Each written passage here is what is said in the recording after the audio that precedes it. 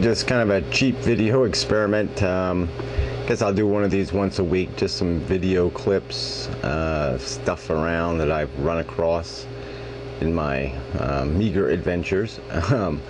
This is a cat, one of the cats I feed. It's got a bad front shoulder, but he was jumping and hopping pretty good chasing a chipmunk, and so this is, he's looking for him in the weeds, and so it's just kind of funny.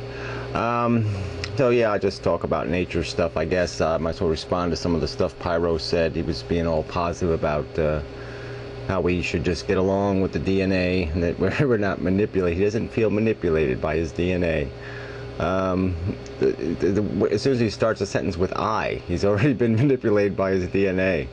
The very idea that we are an individual pursuing is a DNA plot. That's the DNA plan. We're more concerned with this consciousness, this DNA, this physical body, than that one and that one and that one. And it's not intellectual, it's not smart, it's just the way we're built, because we're the ones that have to do the feeling. We're the ones invested.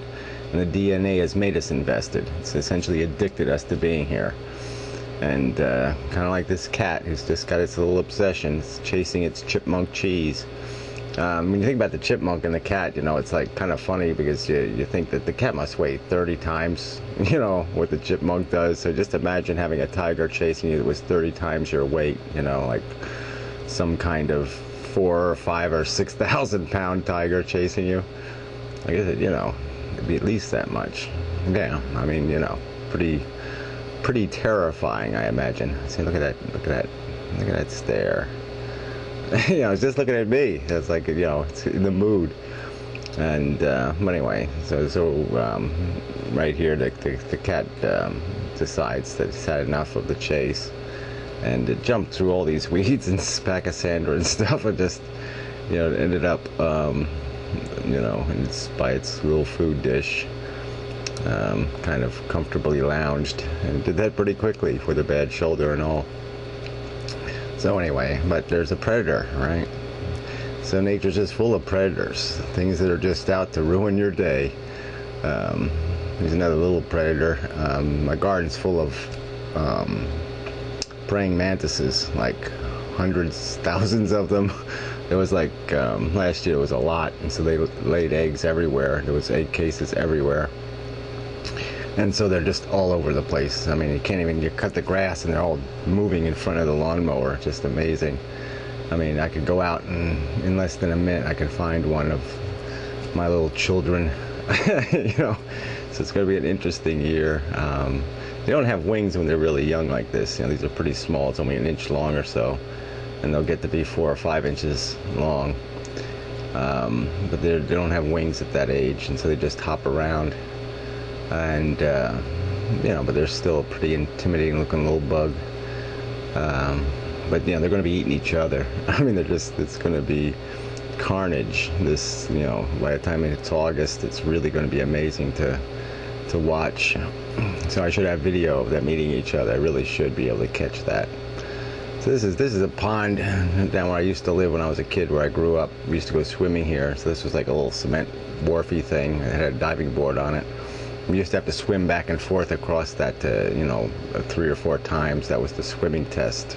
So that's how you got approved to swim in the deep, murky end. And the weird thing about this stream, this is the stream leading into it. This was basically in my backyard when I was a kid. And, the water's technically supposed to be cleaner now, but there's less wildlife. I mean, you don't see any frogs anymore. It's really strange. I mean, that pond used to be so littered with them, and they used to put chlorine off the bridge. There's a bridge here you can see. And there was a picture of my backyard, my old house there. I guess I missed that, but anyway. There used to be, like, you couldn't walk along the bank of this stream, this pond, without, like, frogs jumping in all over the place, and they chlorinated it, and they used to kill them, and they'd be like those polyfrog things. They'd be great big frogs, which still had tails, when they'd go belly up, and you'd be swimming, and you'd swim into one. So it's kind of fun. It's kind of stuff you can only appreciate when you're a kid. It really was kind of a nasty place to go swimming, but it was better than nothing, as they say. and you know, it keeps filling up with stuff. They dredge it every few years, dig it out, but it's so stupid because they could have engineered a dam on this end, you know, the feed end of the pond, that would have, you know, be good at catching the silt, and then they could just scoop it out once a year or every 2 years. And instead they waste 50 grand every 10 years to, you know, have a big steam shovel dig it all out. And this turtle and another turtle are now, they must have, you know, there was a big rain, they might have got washed over the dam or something, so they're trapped in the cement part where the dam is, and they're really not smart enough to know they have to walk all the way around and go across the road to get back into the pond. And so they're just kind of stuck in this little spillway, and you know, it's not much of a life there. But I can tell, you know, the same turtles I rescued a few years ago when they were dredging the pond, you know, so it's kind of funny. I had them living here with me for a while, so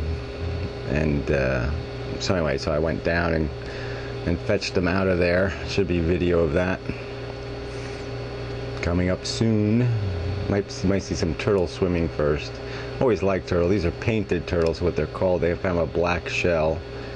You know, except for this one, has got kind of a lot of algae growing on his back. You know, he had that problem before. I cleaned him all up, and there he is, all dirty again. So he must not sit in the sun enough or something. And he's kind of got a big humped back, which is kind of weird for a painted turtle. They're usually kind of flat.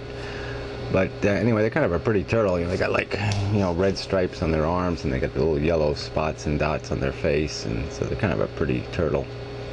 And the bottom of them's all yellow, the top's black. So yeah, this one's going to be swimming a little there. But yeah, they're kind of attractive as turtles go, and they're kind of speedy, you know. So for turtle races, they're always good to get a painted turtle because they move pretty quick. So yeah, here I'm climbing down to go fetch the turtles. I just figure I'll throw this in.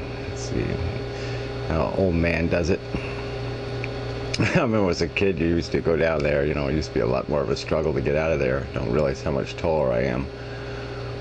So they weren't too hard to catch. They're pretty, they're not exactly very smart. So I caught them pretty easy and just tossed them back in the pond. And that was it. And leave your hands kind of, you know, that water is just kind of, it's kind of pond water, you know. So hands were kind of slimy, so I had to wipe them on the cement and work my way back out again. See, that's nature. See, nature presents these cement walls, so I guess that's not very natural. But anyway, the whole DNA thing, yeah, we're trapped by it. We're controlled by the DNA. You can, you know, people can argue that they don't feel manipulated by it, but we're owned by it. It's an addiction. We are addicted to our desires, our wants, our pleasures, and you know, to say thank you is basically just to say thank you for becoming a heroin addict. I mean, that's what we are. Yeah, this is a deer I ran across. He's a menace. These little deers, I was insulting him, so he finally ran away. But he didn't go too far. But yeah, I was yelling all kinds of expletives at him. And might be where his ears are twitching all the time. Might have been hurting his ears. Calling him, you know, a disease carrier and such. But it didn't seem to hurt his feelings that much. Her feelings. Seemed kind of immune to the insults.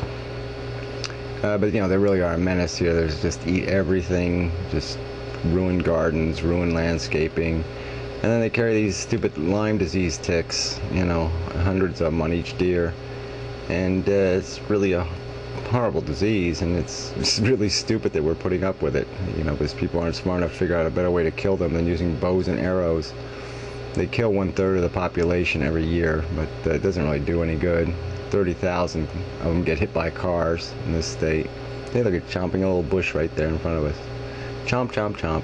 That's all they do. They're like, kind of look like big rats when you look at them, and they got a rat-like face.